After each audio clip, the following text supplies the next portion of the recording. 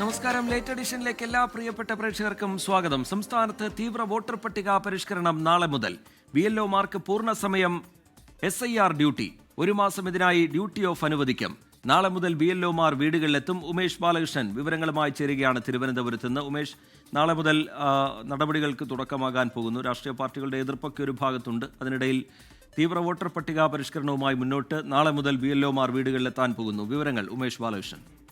തീർച്ചയായും ബുധനാഴ്ചയാണ് മുഖ്യമന്ത്രി വിളിച്ച സർവകക്ഷി യോഗം ചേരാനിരിക്കുന്നത്. എന്തായാലും നാളെ മുതൽ തന്നെ ഔദ്യോഗികമായി നടപടിക്രമങ്ങൾ ആരംഭിക്കാൻ നേരത്തെ തന്നെ തീരുമാനിച്ചത്. അതിന്റെ ഭാഗമായി ഇന്നിപ്പോൾ പ്രത്യേക ഉത്തരവും ഇറക്കിയിട്ടുണ്ട്. അതായത് BLO മാർക്ക് ഒരു മാസം പൂർണ്ണ ചുമതല ഈ എന്യൂമറേഷൻ ഫോം വീടുകളിൽ എത്തിച്ച് നൽകുക എന്നുള്ളത് തന്നെയായിരിക്കും. അതുകൊണ്ട് തന്നെ ഈ BLO മാരെ തിരഞ്ഞെടുത്ത എല്ലാ ഉദ്യോഗസ്ഥർക്കും ഒരു മാസം ഡ്യൂട്ടി ലീവ് അനുവദിച്ചുകൊണ്ടാണ് പുതിയ ഉത്തരവ് ഇറക്കിയിരിക്കുന്നത്. നാളെ രാവിലെ മുതൽ BLO മാർ വീടുകളിലെത്തും. ഓരോ വീടുകളിലും ഇതുമായി ബന്ധപ്പെട്ട എന്യൂമറേഷൻ ഫോം വിതരണം ചെയ്യും.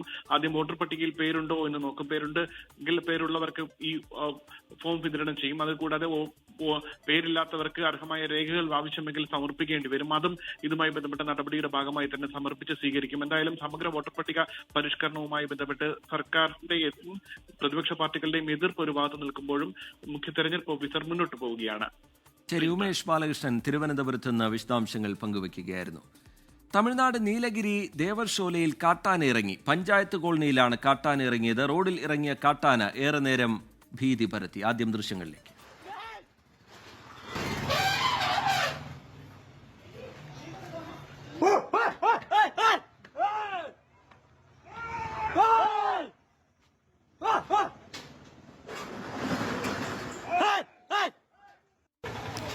സുർജിത്ത് അയ്യപ്പത്ത് വിവരങ്ങളുമായി വയനാട്ടിൽ നിന്ന് ചേരുന്നുണ്ട്. സുർജിത്ത്, വിവരങ്ങൾ എന്താണ് സുർജിത്ത്? വൈകിട്ട് 7 മണിയോട് കൂടിയാണ് റീജിത്ത് ഇത്തരത്തിലൊരു സംഭവം ഉണ്ടായത്. നേരെ ഇരുട്ടിയപ്പോൾ കാട്ടാന കാട് വിട്ട് നാട്ടിലേക്ക് ഇറങ്ങുന്ന ഒരു സ്ഥിതിയാണ് ഉണ്ടായിട്ടുള്ളത്. പഞ്ചായത്ത് കോളനി എന്ന് പറയുന്ന ആ പ്രദേശമുണ്ട് നീലഗിരി ദേവർഷോലയിൽ. ആ പ്രദേശത്താണ് കാട്ടാന ഇറങ്ങിയത്. ഒരു വീടിന്റെ സമീപത്തുകൂടി നേരെ റോഡിലേക്ക് കയറി വരികയാണ് ചെയ്തത്. ഇതേ തുടർന്ന് ആളുകൾ ബഹളം വെച്ചു. അല്പസമയം ആ റോഡിലൂടെ സഞ്ചരിച്ച് ചില വീടുകൾക്ക് സമീപത്തുകൂടി കടന്ന് നേരെ അത് വനമേഖലയിലേക്ക് കയറിപ്പോയി. ദേവർഷോല എന്ന് പറയുന്ന പ്രദേശം തേയിലത്തോട്ടങ്ങൾ നിറഞ്ഞ മറ്റു തോട്ടങ്ങൾ നിറഞ്ഞ പ്രദേശമാണ്. ഇവിടെ എല്ലാം തന്നെ കാട്ടാനശല്യം നിരന്തരമായി ഉള്ള ഒരു പ്രദേശം കൂടിയാണ്. വനമേഖലയാണ് ഒരു ഭാഗത്ത്. ആ വനമേഖലയിലേക്കാണ് കാട്ടാന തിരികെ കയറിപ്പോകുന്ന ഒരു അവസ്ഥ ഉണ്ടായിട്ടുള്ളത്. ആളുകളെ സംബന്ധിച്ച് ഈ ഇങ്ങനെ ജനവാസ മേഖലയിലേക്ക് കാട്ടാന ഇറങ്ങുന്നത് വലിയ രീതിയിലുള്ള ഭീതിക്ക് ഇടയാക്കിയിട്ടുണ്ട്. ശ്രീജിത്ത്. ശരി, സുർജിത്ത് അയ്യപ്പത്ത് വിശദാംശങ്ങൾ പങ്കുവയ്ക്കുകയായിരുന്നു. കാലിക്കറ്റ് സർവകലാശാല വൈസ് ചാൻസലർ നിയമനത്തിൽ അസാധാരണ നീക്കവുമായി രാജ്ഭവൻ. സർക്കാരിനെ നോക്കുകുത്തിയാക്കി രാജ്ഭവൻ സ്വന്തം നിലയിൽ VC നിയമനത്തിന് അപേക്ഷ ക്ഷണിച്ചു. രാജ്ഭവന്റേത് അമിത അധികാര പ്രയോഗമാണെന്നും നിയമോപദേശം തേടി തുടർ നടപടി സ്വീകരിക്കുമെന്നും ഉന്നത വിദ്യാഭ്യാസ മന്ത്രി ഡോക്ടർ R ബിന്ദു 24-നോട് പറഞ്ഞു. കഴിഞ്ഞ വെള്ളിയാഴ്ച പുറത്തിറക്കിയ കാലിക്കറ്റ് സർവകലാശാല VC നിയമനത്തിനുള്ള സെർച്ച് കമ്മിറ്റിയിൽ നിന്ന് സർവകലാശാല പ്രതിനിധി പിന്മാറിയിരുന്നു. ഇതിന് പിന്നാലെയാണ് അസാധാരണ നീക്കവുമായി രാജ്ഭവൻ രംഗത്തെത്തിയത്. കാലിക്കറ്റ് VC നിയമനത്തിനായി സ്വന്തം നിലയിൽ രാജ്ഭവൻ വിജ്ഞാപനം പുറപ്പെടുവിച്ചു. ഡിസംബർ 5-ന് വൈകിട്ട് 5 മണിക്ക് മുൻപ് അപേക്ഷകൾ സമർപ്പിക്കണമെന്നാണ് വിജ്ഞാപനത്തിൽ പറയുന്നത്. ചാൻസലറുടെ സെക്രട്ടറി സെർച്ച് കമ്മിറ്റി കൺവീനർക്ക് പട്ടിക കൈമാറും. സാധാരണ നിലയിൽ സർക്കാരാണ് ഇത്തരത്തിൽ വിജ്ഞാപനം ഇറക്കേണ്ടത്. രാജ്ഭവന്റെ നടപടിയെ രൂക്ഷമായി വിമർശിച്ച് ഉന്നത വിദ്യാഭ്യാസ മന്ത്രി R ബിന്ദു. തീർച്ചയായും അമിതാധികാര സ്വേച്ഛാധിപത്യ പ്രവണത എന്ന് പറയുന്നത് ഇതാണ്. ജനാധിപത്യ വിരുദ്ധമായ നിലയിൽ ഇതിനു മുൻപ് ഒരിക്കലും ഉണ്ടായിട്ടില്ലാത്ത വിധത്തിലുള്ള നടപടിയാണ് രാജ്ഭവനിൽ നിന്ന് സ്വീകരിച്ച് കാണുന്നത്. സർവകലാശാലകളിൽ കാവ്യവൽക്കരണ അജണ്ട നടപ്പാക്കുന്നതിന് വേണ്ടി താക്കോൽ സ്ഥാനങ്ങളിൽ അത്തരം അഫിനിറ്റീസ് ഉള്ള ആളുകളെ തിരികെ കയറ്റുക എന്നുള്ളതാണ് കഴിഞ്ഞ ഈ സന്ദർഭത്തിൽ നമ്മൾ കണ്ടുകൊണ്ടിരിക്കുന്നത്. വൈസ് ചാൻസലർ നിയമനാധികാരി ചാൻസലർ ആയതിനാൽ അപേക്ഷ ക്ഷണിക്കുന്നതിൽ നിയമപ്രശ്നമില്ലെന്നാണ് രാജ്ഭവന്റെ വിശദീകരണം. ഉമേഷ് ബാലകൃഷ്ണൻ, 24, തിരുവനന്തപുരം. തിരുവനന്തപുരം വർക്കലയിൽ പെൺകുട്ടിയെ ട്രെയിനിനുള്ളിൽ നിന്നും ചവിട്ടി താഴെയിട്ടത് കൊലപ്പെടുത്തണം എന്ന ഉദ്ദേശത്തോടെയെന്ന് FIR. വാതിലിന് മുന്നിൽ നിന്നും വഴിമാറി നൽകാത്തതാണ് പ്രകോപന കാരണമായത്. FIRന്റെ പകർപ്പ് 24-ന് ലഭിച്ചു. പെൺകുട്ടിയുടെ ആരോഗ്യസ്ഥിതി ഗുരുതരാവസ്ഥയിൽ തുടരുകയാണ്. ചികിത്സയ്ക്കായി മെഡിക്കൽ ബോർഡ് രൂപീകരിക്കാൻ ആരോഗ്യമന്ത്രി വീണ ജോർജ് നിർദ്ദേശം നൽകി. മകൾക്ക് വിദഗ്ധ ചികിത്സ ഉറപ്പാക്കണമെന്ന് അമ്മ പ്രിയദർശിനി ആവശ്യപ്പെട്ടു. തിരുവനന്തപുരം പാലോട് സ്വദേശിയായ 19-കാരിക്കുണ്ടായ അപകടത്തിൽ ഗുരുതര പരാമർശങ്ങളാണ് FIR-ലുള്ളത്. വെള്ളറട സ്വദേശി സുരേഷ് കുമാർ കൊലപ്പെടുത്തണമെന്ന ഉദ്ദേശത്തോടെയാണ് പെൺകുട്ടിയെ ട്രെയിനിൽ നിന്നും തള്ളിയിട്ടത്. നടുവിന് ചവിട്ടി പുറത്തേക്കിട്ട ശേഷം സഹയാത്രികയെയും തള്ളിയിടാൻ ശ്രമിച്ചു. കുറ്റസമ്മതം നടത്തിയ ഇയാളെ ട്രെയിനിലുണ്ടായിരുന്ന യാത്രക്കാർ തിരിച്ചറിഞ്ഞിട്ടുണ്ട്. ഗുരുതര പരിക്കേറ്റ പെൺകുട്ടി തിരുവനന്തപുരം മെഡിക്കൽ കോളേജ് ആശുപത്രിയിൽ ചികിത്സയിൽ തുടരുകയാണ്. പെൺകുട്ടിയുടെ ചികിത്സയ്ക്കായി മെഡിക്കൽ ബോർഡ് രൂപീകരിക്കാൻ മന്ത്രി വീണ ജോർജ് നിർദ്ദേശം നൽകി. മെഡിക്കൽ കോളേജിലെ ചികിത്സയിൽ തൃപ്തിയില്ലെന്നും വിദഗ്ധ ചികിത്സ ഉറപ്പാക്കണമെന്നും പെൺകുട്ടിയുടെ മാതാവിന്റെ പ്രതികരണം. MRI സ്കാൻ ചെയ്യാൻ പോലും അതിനുശേഷം എല്ലാവരെയും കൂടെ ആലോചിച്ചിട്ട് മാത്രമേ ചെയ്യാൻ പറ്റുള്ളൂ എന്ന് പറഞ്ഞു. ഞങ്ങൾ എന്താ ചെയ്യേണ്ടത്? ഞാൻ എന്താ ചെയ്യേണ്ടത്? ചെക്ക് ചെയ്ത ഡോക്ടർ പറഞ്ഞത് 20 മുറിവ് കൊച്ചിന്റെ ദേഹത്തുണ്ടെന്ന്. എനിക്ക് എന്റെ കൊച്ചിനെ ജീവനോടെ വേണം. അതിന് എന്ത് അവർ ചെയ്തിട്ടാണ് എനിക്ക് എന്റെ കൊച്ചിനെ ജീവനോടെ വേണം. ഇവിടെ ആണെന്ന് അറിഞ്ഞപ്പോൾ തൊട്ട് എന്റെ നെഞ്ചിൽ കൂടെ തീ തന്നെയാണ്. എനിക്കത് ടെൻഷൻ തന്നെയാണ്. പെൺകുട്ടി നിലവിൽ അപകടാവസ്ഥ തരണം ചെയ്തിട്ടില്ല. തലച്ചോറിന് 1 കൂടുതൽ ക്ഷതം സംഭവിച്ചിട്ടുണ്ട്. മെഡിക്കൽ കോളേജിലെ വിദഗ്ധ ഡോക്ടേഴ്സിന്റെ നിരീക്ഷണത്തിലാണ് ചികിത്സ. 48 മണിക്കൂറിന് ശേഷം മാത്രമേ അപകടനില തരണം ചെയ്തെന്ന് സ്ഥിരീകരിക്കാൻ കഴിയുകയുള്ളൂ എന്നും ആശുപത്രി വൃത്തങ്ങൾ അറിയിക്കുന്നു. വധശ്രമത്തിന് കേസ് രജിസ്റ്റർ ചെയ്ത പ്രതിയെ പോലീസ് ചോദ്യം ചെയ്തു വരികയാണ്. കഴിഞ്ഞ ദിവസം തന്നെ പ്രതിയുടെ വൈദ്യപരിശോധന അന്വേഷണ സംഘം പൂർത്തിയാക്കിയിരുന്നു. 24 തിരുവനന്തപുരം. പുരസ്കാര നേട്ടത്തിൽ സന്തോഷം പങ്കുവച്ച് താരങ്ങൾ. കിട്ടാത്തവർക്ക് അടുത്ത വർഷം കിട്ടട്ടെ എന്ന് മമ്മൂട്ടി പറഞ്ഞു. പ്രതീക്ഷിച്ചത് മികച്ച നടനുള്ള പുരസ്കാരമെന്നും മമ്മൂട്ടിക്ക് കിട്ടിയതിൽ സന്തോഷമെന്നും പ്രത്യേക ജൂറി പുരസ്കാരത്തിന് അർഹനായ ആസിഫ് അലിയുടെ പ്രതികരണം. എൻ്റെ കൂടെ പുരസ്കാരങ്ങൾ നേടിയ എല്ലാവർക്കും, ആസിഫിനും ടോവിനോയ്ക്കും കൺഗ്രാജുലേഷൻസ്. ഷംല ഹംസയ്ക്ക്, ഇവിടെ സിദ്ധാർത്ഥ് ഭരതൻ, സൗബിനും എല്ലാവർക്കും അഭിനന്ദനങ്ങൾ. അമൽ നീരദ് ടീമിന് അഭിനന്ദനങ്ങൾ. മഞ്ഞുമൽ ബോയ്സ് ടീമിന് അഭിനന്ദനങ്ങൾ. എല്ലാവർക്കും അവാർഡ് കിട്ടിയവർക്ക് എല്ലാവർക്കും അഭിനന്ദനങ്ങൾ. കിട്ടാത്തവർ അടുത്ത പ്രാവശ്യം. പുരസ്കാര നിറവിന്റെ സന്തോഷം പങ്കുവെക്കുന്നതിനൊപ്പം ഇത്തവണ കിട്ടാത്തവർക്ക് അടുത്ത തവണ കിട്ടട്ടെയെന്നും മമ്മൂട്ടിയുടെ ആശംസ. താനും പുതിയ തലമുറയാണെന്നും മമ്മൂട്ടി. പുതുതലമുറയാണ് ഇത്തവണ അവാർഡ് മുഴുവൻ കൊണ്ടുപോയിരിക്കുന്നത്. ഞാനെന്താ പഴയതാണോ? ഞാനും ഈ തലമുറപ്പെട്ട ആളല്ലേ. തുടക്കക്കാരി എന്ന നിലയിൽ അവാർഡ് പ്രചോദനമെന്ന മികച്ച നടിക്കുള്ള അവാർഡ് നേടിയ ഷംല ഹംസ 24നോട്. അവാർഡിന്റെ റിസൾട്ട് വന്നപ്പം ഒരുപാട് സന്തോഷം, പറഞ്ഞറിയിക്കാൻ പറ്റാത്ത സന്തോഷമാണ്. ഈ ഒരു അവാർഡ് എന്ന് പറഞ്ഞാൽ ഞങ്ങളുടെ സിനിമയ്ക്കും ഞങ്ങളുടെ ക്രൂവിലുള്ള എല്ലാവർക്കും വേണ്ടിയിട്ടുള്ള ഒരു അവാർഡാണ്. അംഗീകാരങ്ങളെല്ലാം റിയൽ മഞ്ഞുമൽ ബോയ്സിനു കൂടി സമർപ്പിക്കുന്നെന്ന മികച്ച സ്വഭാവ നടനുള്ള പുരസ്കാരം നേടിയ സൗബിൻ ഷാഹിർ. വളരെയധികം സന്തോഷം. കാരണം ഇത്രയധികം അവാർഡ് കിട്ടുന്ന ഒരിക്കലും പ്രതീക്ഷിച്ചില്ല. അപ്പോൾ നമ്മളൊരു ടീം വർക്കിനെ എല്ലാ രീതിയിലും അംഗീകരിച്ചതിൽ വളരെയധികം സന്തോഷം. ആഗ്രഹിച്ചത് മികച്ച നടനുള്ള പുരസ്കാരമെന്നും ഇനിയും ശ്രമിക്കാനുള്ള പ്രചോദനമെന്നും പ്രത്യേക ജൂറി പരാമർശത്തിന് അർഹനായ ആസിഫ് അലി. ബെസ്റ്റ് ആക്ടർ എന്നുള്ളത് തന്നെയായിരിക്കും എല്ലാവരുടെയും ഡ്രീം. അതിലേക്ക് ഒരു ദിവസം എത്തിച്ചേരുകയും ചെയ്യും. ഇനിയും സമയമുണ്ട്, ശ്രമിക്കണം. കാര്യം ശ്രമിക്കാൻ ഉള്ളൊരു ധൈര്യം കൂടിയാണ്. ഇപ്പം ശ്രമിച്ചാൽ എത്തിച്ചേരും എന്നുള്ളൊരു വലിയ ധൈര്യം തന്നെയാണ് ഇതിൽ കൂടെ കിട്ടിയത്. വളരെ സന്തോഷമെന്നും എല്ലാം ഒരു ബോണസാണെന്നും പ്രത്യേക ജൂറി പരാമർശത്തിന് അർഹയായ ജ്യോതിർമയി. സന്തോഷം എല്ലാം എനിക്കൊരു ബോണസ് ആയിട്ടാണ് ഞാൻ വിചാരിക്കുന്നത്. കാരണം കുറേ നാളിന് ശേഷം എനിക്കൊരു നല്ലൊരു പ്രൊജക്റ്റ് ചെയ്യാൻ അവസരം കിട്ടി. അതിൽ ഇങ്ങനെ ഒരു റെക്കഗ്നിഷൻ കിട്ടുക എന്ന് പറയുന്നത് എന്നെ സംബന്ധിച്ചൊരു വലിയൊരു ബോണസ് തന്നെയാണ്, ഒരു വലിയൊരു അംഗീകാരമാണ്. അവാർഡ് അച്ഛന് സമർപ്പിക്കുന്നുവെന്ന് ഗായകനായ KS ഹരിശങ്കർ. ഈ ഒരു സോങ് തീർച്ചയായിട്ടും വളരെ സന്തോഷം എനിക്കത് പാടാൻ സാധിച്ചതിൽ. കിളിയെ എന്ന് പറഞ്ഞ പാട്ട്. പിന്നെ ഈ അവാർഡ് ആദ്യമായിട്ട് എന്താ പറയുക കിട്ടുന്നതിൻ്റെ ഒരു ആയിട്ടുള്ളൊരു ടെൻഷനും എല്ലാം ഉണ്ട്. ഞാൻ എക്സ്പെക്ട് ചെയ്തില്ല ഒരിക്കലും. ഈ അവാർഡ് ഞാൻ എൻ്റെ അച്ഛന് സമർപ്പിക്കുന്നു.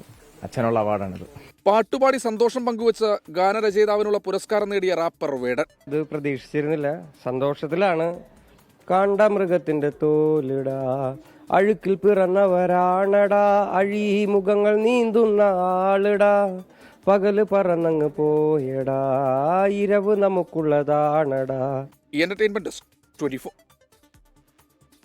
ഇടുക്കി മൂന്നാറിൽ വിനോദസഞ്ചാരിയായ യുവതിയോട് അപമര്യാദയായി പെരുമാറിയ 2 ടാക്സി ഡ്രൈവേഴ്സ് അറസ്റ്റിൽ. പരാതി അവഗണിച്ച 2 പോലീസ് ഉദ്യോഗസ്ഥരെ ജില്ലാ പോലീസ് മേധാവി സസ്പെൻഡ് ചെയ്തു. മുംബൈ സ്വദേശിയായ യുവതി ദുരനുഭവം സമൂഹമാധ്യമത്തിൽ പങ്കുവച്ചതോടെയാണ് നടപടി. പോലീസിനെതിരെ ഗുരുതര ആരോപണവുമായി യൂബർ ഡ്രൈവർ അസ്കർ 24നോട് പറഞ്ഞു. സർവീസ് തടഞ്ഞ പ്രാദേശിക ടാക്സി ഡ്രൈവർമാർക്കൊപ്പമാണ് പോലീസ് നിന്നതെന്നും അസ്കർ പറഞ്ഞു. യൂബർ ടാക്സി തടയുന്നതിന്റെ ദൃശ്യങ്ങളും 24ന് ലഭിച്ചിട്ടുണ്ട്. അവിടുന്ന് അവർ ഫുഡെല്ലാം കഴിച്ചിട്ട് ഞാൻ കാർ വെച്ച ലൊക്കേഷൻ അവർക്ക് പറഞ്ഞു കൊടുത്ത് ഇന്ത്യൻ ഓയിൽ പമ്പിൻ്റെ നേരെ ഓപ്പോസിറ്റാണ് ഉണ്ടായിരുന്നത്. അവിടേക്ക് വന്നു. അവിടെ വന്നിട്ട് കാറിൽ കയറുന്ന സമയത്ത് ഈ ഓട്ടോക്കാരൻ വന്നിട്ട് കാറിന് ഫ്രണ്ടിലിട്ട് കഴിഞ്ഞ് ഇവിടെ ട്രിപ്പ് എടുക്കാൻ പറ്റില്ല, ഊബറിൽ ട്രിപ്പ് എടുക്കാൻ പറ്റില്ല, ഇവിടെ അലോഡില്ലാന്ന്. ഞാൻ പറഞ്ഞ് ഹൈക്കോടതിൻ്റെ ഉത്തരവുകൾ ഇറങ്ങിയതാണ്. ഇത് കുറേ പ്രശ്നങ്ങൾ ഈ മുമ്പ് ഉണ്ടായിട്ടുണ്ട്. അത് ആ പ്രശ്നങ്ങൾ ഉള്ളത് കൊണ്ട് ഹൈക്കോടതിൻ്റെ ഉത്തരവ് വന്നിട്ടുണ്ട്. ഊബറിന് എവിടെ പോയി കഴിഞ്ഞാലും ട്രിപ്പ് എടുക്കാന്നുള്ളത്. അങ്ങനെ അവർ പറഞ്ഞില്ല, സമ്മതിക്കില്ല, ട്രിപ്പ് എടുക്കാൻ സമ്മതിക്കില്ല എന്ന് പറഞ്ഞിട്ട് അവരോട് പറഞ്ഞു. അവർ പോലീസിനോട് അവർ വിളിക്കുന്നു പോലീസിനെ. ഞാൻ ഓക്കെ, നിങ്ങൾ വിളിച്ചോ, ഞാൻ വെയിറ്റ് ചെയ്യാം. കസ്റ്റമർ പറഞ്ഞു ഞങ്ങൾ വെയിറ്റ് ചെയ്യാൻ വിളിച്ച പ്രശ്നമില്ല, ഞങ്ങൾക്ക് ഊബറിൽ തന്നെ പോകണമെന്ന് പറഞ്ഞു. പോലീസ് എത്തിയിട്ട് പോലീസും ആദ്യം പറയുന്നത് എന്താ, നിനക്ക് ഇവിടുന്ന് ട്രിപ്പ് എടുക്കാൻ പറ്റൂല എന്ന് അറിയില്ലേ എന്നാണ്. ഞങ്ങൾ ഇവിടുന്ന് ഒറ്റക്കാണ് അങ്ങോട്ട് പോകുന്നത്. അപ്പോൾ നമ്മൾ പോലീസിനെ വിളിക്കുന്നതിന് നമുക്ക് സപ്പോർട്ടിന് വേണ്ടിയാണ്. ഓൾറെഡി അലോഡുള്ള കാര്യമാണ്, ഇത് ലീഗലാണ്, നമുക്ക് ടാക്സി പോയിട്ട് എടുക്കാം. പോലീസ് വന്നിട്ടാണ് പറയുന്നത് ഇവിടുന്ന് എടുക്കാൻ പാടില്ല, നിനക്ക് അറിയില്ലെന്ന്. വിവാദങ്ങൾക്കും കാത്തിരിപ്പിനുമൊടുവിൽ CPM നേതാവ് EP ജയരാജന്റെ ആത്മകഥ ഇതാണ് എന്റെ ജീവിതം മുഖ്യമന്ത്രി പിണറായി വിജയൻ പ്രകാശനം ചെയ്തു. മകനെ BJP സ്ഥാനാർത്ഥിയാക്കാൻ ശോഭാ സുരേന്ദ്രൻ ശ്രമം നടത്തിയെന്ന് ആത്മകഥയിൽ EP ജയരാജൻ പറയുന്നു. ആത്മകഥയിൽ CPM നേതൃത്വത്തിന് നേരെയും പരോക്ഷ വിമർശനമുണ്ട്. വൈദേകം റിസോർട്ട് വിവാദം ഉയർന്നപ്പോൾ ബന്ധപ്പെട്ടവർ കൃത്യസമയത്ത് വ്യക്തത വരുത്തിയില്ല. LDF കൺവീനർ സ്ഥാനത്ത് നിന്നും നീക്കിയതിലെ വേദനയും ആത്മകഥയിൽ പങ്കുവെക്കുന്നുണ്ട്. താൻ ഇല്ലാത്ത യോഗത്തിൽ ചർച്ച ചെയ്താണ് LDF കൺവീനർ സ്ഥാനത്ത് നിന്ന് നീക്കിയത്. കേന്ദ്ര നേതൃത്വത്തെ പരാതി അറിയിച്ചിരുന്നെന്നും EP ആത്മകഥയിൽ വിശദീകരിക്കുന്നു. ശബരിമല കട്ടിളപ്പാളി കേസിലെ ഉണ്ണികൃഷ്ണൻ പോറ്റിയുടെ റിമാൻഡ് റിപ്പോർട്ട് പുറത്ത്. സ്വർണ്ണപ്പാളികൾ ചെന്നൈയിലെത്തിച്ച് സ്വർണം വേർതിരിച്ചതായി റിപ്പോർട്ടിലുണ്ട്. അതേസമയം സ്വർണ്ണക്കൊള്ളയിൽ SIT അന്വേഷണം ദേവസ്വം തലപ്പത്തേക്ക് നീങ്ങുകയാണ്. തിരുവിതാംകൂർ ദേവസ്വം ബോർഡ് മുൻ പ്രസിഡന്റ് N. വാസുവിനെ അന്വേഷണ സംഘം ചോദ്യം ചെയ്തു.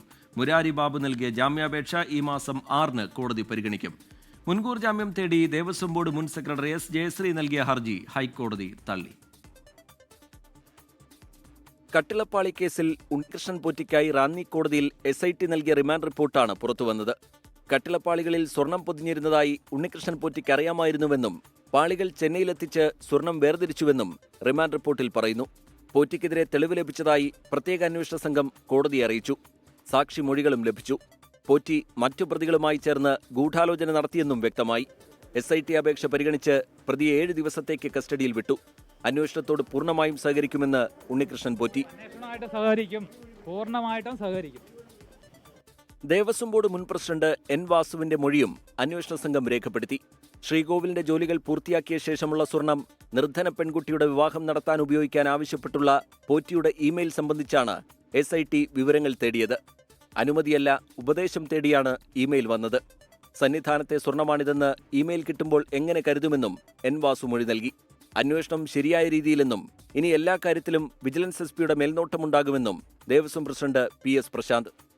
തിരുവിതാംകൂർ ദേവസ്വം ബോർഡ് SP-യുടെ കൃത്യമായ നിരീക്ഷണവും പരിശോധനയും അവിടെ നിയമിക്കുന്ന മേൽശാന്തിമാരുടെ കീഴ്ശാന്തിമാരുടെ കാര്യത്തിൽ ഉണ്ടാകും എന്ന കാര്യത്തിൽ യാതൊരു തർക്കവുമില്ല. അവരുടെ സകല ബാക്ക്ഗ്രൗണ്ടുകളും പരിശോധിച്ച് മാത്രമേ ഇനി മുതൽ അവിടെ തന്ത്രിമാരുടെ ആയാലും ശരി തന്നെ മേൽശാന്തിമാരുടെ ആയാലും ശരി തന്നെ അവരുടെ കീഴ്ശാന്തിമാരെ നിയമിക്കുന്നതിൽ തിരുവിതാംകൂർ ദേവസ്വം ബോർഡിലെ വിജിലൻസിന്റെ ശക്തമായ നിരീക്ഷണവും പരിശോധനയും ഉണ്ടായി മാത്രമേ ചെയ്യുകയുള്ളൂ. അതിനിടെ ദേവസ്വം ബോർഡ് മുൻ സെക്രട്ടറി S. ജയശ്രീ നൽകിയ മുൻകൂർ ജാമ്യാപേക്ഷ ഹൈക്കോടതി തള്ളി. സെഷൻസ് കോടതിയെ സമീപിക്കാൻ ഹർജിക്കാരിക്ക് നിർദ്ദേശം നൽകി. അസാധാരണ സാഹചര്യത്തിൽ മാത്രമേ ഹൈക്കോടതി മുൻകൂർ ജാമ്യാപേക്ഷ പരിഗണിക്കൂ എന്നും കോടതി അറിയിച്ചു. കേസിൽ റിമാൻഡിലായ മുരാരി ബാബുവിന്റെ ജാമ്യാപേക്ഷ കോടതി വ്യാഴാഴ്ച പരിഗണിക്കും. ആസൂത്രണത്തിൽ ഉൾപ്പെട്ട കൂടുതൽ ഉന്നതരെ അടുത്ത ദിവസം SIT ചോദ്യം ചെയ്യുമെന്നാണ് വിവരം. 24 തിരുവനന്തപുരം, പത്തനംതിട്ട. സർക്കാർ ജീവനക്കാരുടെ ശമ്പള പരിഷ്കരണത്തിൽ തീരുമാനം വൈകും. തദ്ദേശ തെരഞ്ഞെടുപ്പിന് ശേഷമേ പ്രഖ്യാപനത്തിന് സാധ്യതയുള്ളൂ. ശമ്പള പരിഷ്കരണവും അവശേഷിക്കുന്ന DAയും നൽകുമ്പോൾ ശമ്പള പെൻഷൻ ചെലവ് സംസ്ഥാന വരുമാനത്തിനപ്പുറം കടക്കുമെന്നാണ് ധനവകുപ്പിനെ അലട്ടുന്ന പ്രതിസന്ധി. 24 ബിഗ് ബ്രേക്കിംഗ്. ക്ഷേമ പെൻഷൻ വർദ്ധിപ്പിക്കൽ, DA കുടിശ്ശിക നൽകൽ എന്നീ പ്രഖ്യാപനങ്ങൾക്കൊപ്പം സർക്കാർ ജീവനക്കാരുടെ ശമ്പള പരിഷ്കരണ കമ്മീഷനെയും നിയമിക്കുമെന്നാണ് പ്രതീക്ഷിച്ചിരുന്നത്. എന്നാൽ ക്ഷേമാനുകൂല്യങ്ങൾ തീരുമാനിച്ച മന്ത്രിസഭാ യോഗത്തിൽ ശമ്പള പരിഷ്കരണം പരിഗണിച്ചില്ല. രണ്ടാം ഘട്ടമായി ശമ്പള പരിഷ്കരണ കമ്മീഷൻ പ്രഖ്യാപനം വരുമെന്ന് പ്രതീക്ഷിച്ചെങ്കിലും ഇപ്പോഴില്ലെന്നാണ് ധനവകുപ്പിൽ നിന്ന് ലഭിക്കുന്ന വിവരം. തദ്ദേശ തെരഞ്ഞെടുപ്പിന് ശേഷമേ ശമ്പള പരിഷ്കരണ കമ്മീഷൻ നിയോഗിച്ചുകൊണ്ടുള്ള തീരുമാനം വരാൻ സാധ്യതയുള്ളൂ. നിലവിൽ ശമ്പളവും പെൻഷനും നൽകുന്നതിനായി 1 വർഷം വേണ്ടിവരുന്ന തുക 72,000 കോടി രൂപയാണ്. ഇത് സംസ്ഥാനത്തിൻ്റെ ആകെ വരുമാനത്തിൻ്റെ 74% വരും. സംസ്ഥാനത്തിൻ്റെ ഇപ്പോഴത്തെ തനത് വരുമാനം 93,262.41 കോടി രൂപയാണ്. ശമ്പള പരിഷ്കരണം നടത്തുകയും അവശേഷിക്കുന്ന 13% DA കുടിശ്ശിക കൊടുത്തു തീർക്കുകയും ചെയ്താൽ ശമ്പള പെൻഷൻ ബാധ്യത സംസ്ഥാന വരുമാനത്തിൻ്റെ 110% വളരും. ഇതാണ് ശമ്പള പരിഷ്കരണ കമ്മീഷൻ നിയോഗിക്കുന്നതിന് ധനവകുപ്പിന് മുന്നിലുള്ള തടസ്സം. ശമ്പള പെൻഷൻ ചെലവ് ആകെ വരുമാനത്തിനപ്പുറം കടക്കുന്നത് സംസ്ഥാനത്തിൻ്റെ സാമ്പത്തിക സ്ഥിതിയെ തകിടം മറിക്കും. തനത് വരുമാനത്തിന് പുറത്തു നിന്ന് സംസ്ഥാനത്തിന് പണം ലഭിക്കുന്നത് കേന്ദ്രത്തിൻ്റെ നികുതി വിഹിതവും പൊതുവിപണിയിൽ നിന്നുള്ള വായ്പയുമാണ്. ശമ്പള ചെലവ് 110% ഈ തുകയിൽ നിന്നും ഒരു ഭാഗം എടുക്കേണ്ടി വരും. ഇതോടെ വികസനമടക്കമുള്ള മറ്റു ചിലവുകളെല്ലാം പ്രതിസന്ധിയിലാകും. ഈ സാഹചര്യത്തിൽ ശമ്പള പരിഷ്കരണം പ്രഖ്യാപിക്കുന്നത് സാമ്പത്തിക നില അപകടത്തിലാക്കും. എന്നാൽ നിയമസഭാ തെരഞ്ഞെടുപ്പ് അടക്കമുള്ളവ സമ്മർദ്ദമായി ധനവകുപ്പിന് മുന്നിൽ നിൽക്കുന്നുണ്ട്. ഈ ആശയക്കുഴപ്പം പരിഹരിക്കാൻ രാഷ്ട്രീയ തീരുമാനം അനിവാര്യമാണ്. ആർ ശ്രീജിത്ത്, 24 തിരുവനന്തപുരം. ബീഹാർ തെരഞ്ഞെടുപ്പിന്റെ അവസാന ലാപ്പിൽ പ്രചാരണം കൊഴുപ്പിച്ച് ദേശീയ നേതാക്കൾ. NDA വികസനവും കോൺഗ്രസ് വിനാശവുമാണെന്ന് പ്രധാനമന്ത്രി നരേന്ദ്രമോദി പറഞ്ഞു. യഥാർത്ഥ വിഷയത്തിൽ നിന്ന് ശ്രദ്ധ തിരിക്കാതെ ബീഹാറിന് വേണ്ടി എന്ത് ചെയ്തു എന്ന് മോദി പറയണമെന്ന് പ്രിയങ്ക ഗാന്ധി ആവശ്യപ്പെട്ടു. നരേന്ദ്രമോദി, യോഗി ആദിത്യനാഥ്, പ്രിയങ്ക ഗാന്ധി അങ്ങനെ ഇന്നും താരപ്രചാരകരുടെ നീണ്ട നിരയാണ് സംസ്ഥാനത്ത്. ലാലു പ്രസാദ് യാദവിനെ പ്രചാരണത്തിന്റെ മുൻനിരയിലേക്ക് കൊണ്ടുവരാത്തതിനെ മോദി പരിഹസിച്ചു. സ്വന്തം പിതാവിന്റെ പേര് ഉപയോഗിച്ചാൽ RJD നേതാവ് തേജസ്വി യാദവിനെതിരെ ജനം തിരിയുമെന്നും മോദി പറഞ്ഞു. ബിഹാരിയോं को गालियां देते हैं, उनको कांग्रेस ने बिहार चुनाव में प्रचार के लिए बुलाया ताकि RJD को आपके गुस्से का सामना करना पड़े. മഹാസഖ്യത്തിലുള്ളത് 3 കുരങ്ങുകളാണെന്ന് യോഗി ആദിത്യനാഥ് പരിഹസിച്ചു. गांधी जी के 3 बंदरों के बारे में सुना होगा, लेकिन आज इंडी गठबंधन के 3 और बंदर आ गए. ये 3 बंदर पप्पू, टप्पू और अप्पू के नाम पर. ആളുകളെ അപമാനിക്കാനായി പ്രത്യേക വകുപ്പ് തന്നെ കേന്ദ്ര സർക്കാരിന് രൂപീകരിക്കാമെന്നാണ് പ്രിയങ്ക ഗാന്ധി പ്രചാരണത്തിനിടെ വിമർശിച്ചത്. ചോദ്യം ചെയ്യുന്നവരെ ഇല്ലാതാക്കുന്ന രീതി ബ്രിട്ടീഷ് രാജിന് തുല്യമെന്നും പ്രിയങ്ക വിമർശിച്ചു. आज भी वही परिस्थिति हमारे सामने है. पहले अंग्रेजी साम्राज्य था, अब मोदी जी का राज है, जिसमें अगर आवाज उठाओगे तो पीटे जाओगे, अगर सवाल करोगे तो मारे जाओगे.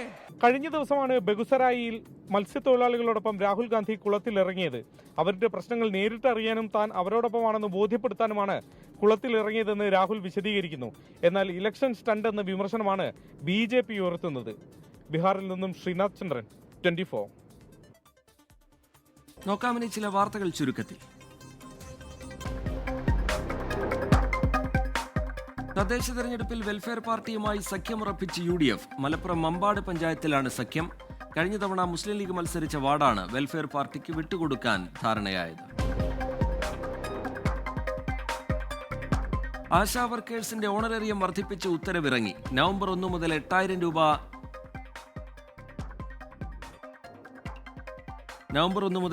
രൂപ ഈ മാസം മുതൽ ആശമാർക്ക് 8000 രൂപ ലഭിച്ചു തുടങ്ങും. 1000 രൂപയുടെ വർധനയാണ് വരുത്തിയത്. കേരള സർവകലാശാല സസ്പെൻഷൻ വിവാദത്തിൽ ഗവർണർക്ക് റിപ്പോർട്ട് കൈമാറി vice chancellor doctor Mohanan Kunnummal. സസ്പെൻഷനിലായ രജിസ്ട്രാർ അനിൽകുമാറിനെതിരെ അന്വേഷണം ആവശ്യപ്പെട്ട് പോലീസിൽ പരാതി നൽകാനും VC-യുടെ നീക്കം. തിരുവനന്തപുരത്ത് വയോധികയുടെ മാല കവർന്നു. ഉള്ളൂർ പ്രശാന്ത് നഗറിലെ വസന്തയുടെ 2.5 പവൻ വരുന്ന മാലയാണ് ബൈക്കിലെത്തിയ 2 അംഗ സംഘം കവർന്നത്. അന്വേഷണം ആരംഭിച്ചെന്ന് പോലീസ്. തീവ്ര വോട്ടർ പട്ടിക പരിഷ്കരണത്തിൽ തമിഴ്നാട് സർക്കാർ സുപ്രീം കോടതിയെ സമീപിച്ചു. ലക്ഷക്കണക്കിന് വോട്ടേഴ്സിനെ ഏകപക്ഷീയമായി ഒഴിവാക്കാനുള്ള ശ്രമമാണിതെന്ന് തമിഴ്നാടിന്റെ ഹർജി. SIR-മായി ബന്ധപ്പെട്ട ഹർജികൾ നാളെ പരിഗണിക്കാനിരിക്കെയാണ് സർക്കാരിന്റെ നീക്കം.